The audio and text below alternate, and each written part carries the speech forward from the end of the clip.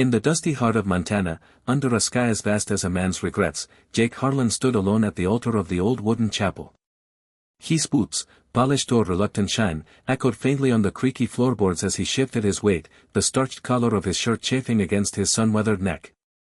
The guests, friends, family, ranch hands who'd known him since he was knee-high to a grasshopper, sat in silent rows, their whispers like dry leaves in the wind. Debride, his fiancée of 2 years, had sent a note that morning, "I can't do this, Jake. I'm sorry."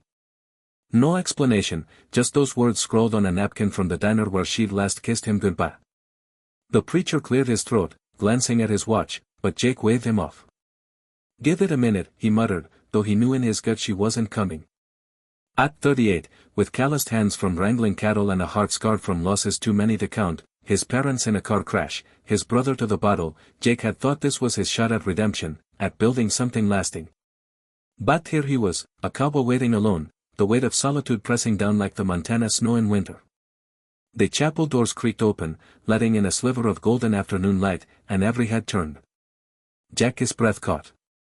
It wasn't her. Instead, a woman in a simple sundress, her hair tied back in a ponytail, stepped inside, carrying a bouquet of wildflowers she'd clearly picked from the roadside. She looked about his age, maybe a touch younger, with eyes that held the quiet strength of someone who'd seen her share of storms.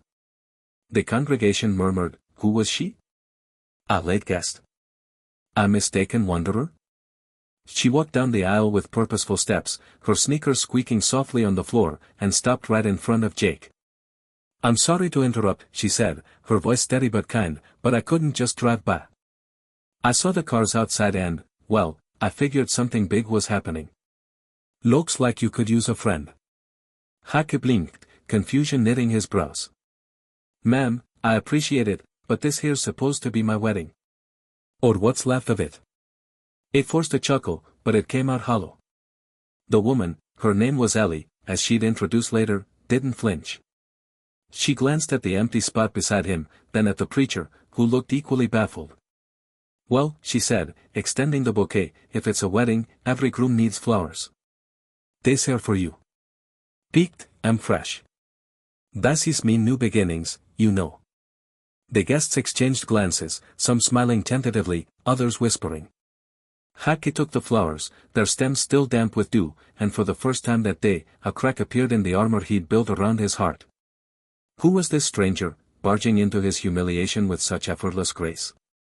Ellie wasn't from around there, that much was clear from her slight eastern accent, a hint of Boston in her vowels. She'd been driving cross-country, she explained later over coffee at the diner down the road, escaping her own shattered life. A corporate job that had chewed her up and spit her out, a divorce that left her questioning if love was just a myth peddled in Hallmark cards. She'd pulled over at the chapel on a whim, drawn by the cluster of pickup trucks and the faint sound of organ music drifting on the breeze. "I know it sounds crazy," she admitted as they sat in a booth, Jake's untouched wedding cake slice melting between them, "but I've been alone too long.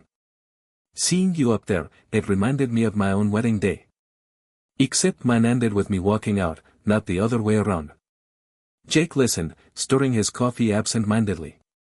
It wasn't one for spilling his guts, cowboys like him bottled it up, let it fuel the long days on the ranch. But something about Ellie's openness, her lack of judgment, loosened the nuts inside him. He told her about Sarah, his runaway bride, how they'd met at a rodeo, how he'd proposed under the stars with a ring that cost him a month's wages.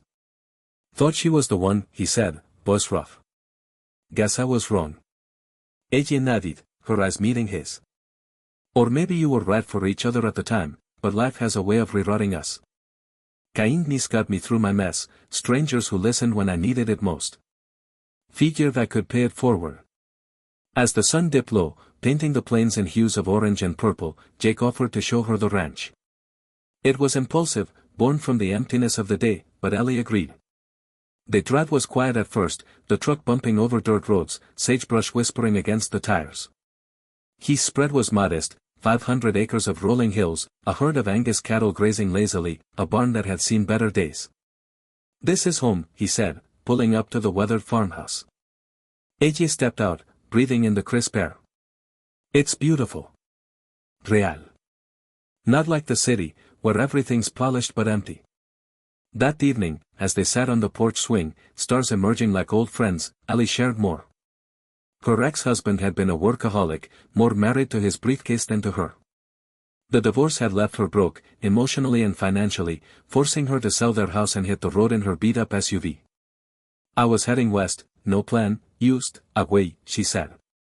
Haki, in turn, opened up about his losses, the accident that took his folks when he was 20, leaving him to raise his kid brother alone.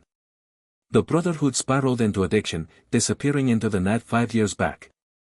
Haven't heard from him since, Jake admitted, his voice cracking for the first time. AJ reached over, placing a hand on his arm. It was a simple gesture, but in that touch, Jake felt a spark of humanity he thought he'd lost. Not romance, not yet, just the pure, selfless connection of one soul recognizing another's pain. The next morning, Ali planned to leave, but fate, or perhaps the universe's quiet nudge, had other ideas. As she packed her things, a storm rolled in, thunder rumbling like distant artillery. Rain sheeted down, turning the roads to mud soup. Can't let you drive in this, Jake insisted. Stay a bit. Help out if you want. AJ hesitated, then nodded. What started as a day turned into a week. She mended fences, literally, with hammer and wire, while Jake showed her how to rope a calf. Laughter crept in, unexpected and healing. One afternoon, as they rode horseback through the meadows, Ali spotted a stray dog limping near the creek. It was a mangy thing, ribs showing, eyes wary. Poor guy, she murmured, dismounting. Jake watched as she approached slowly, offering water from her canteen, her voice soft and coaxing. The dog, sensing her kindness, let her close, and she carried it back to the barn, tending its wounds with supplies from the vet kit. That act stirred something in Jake.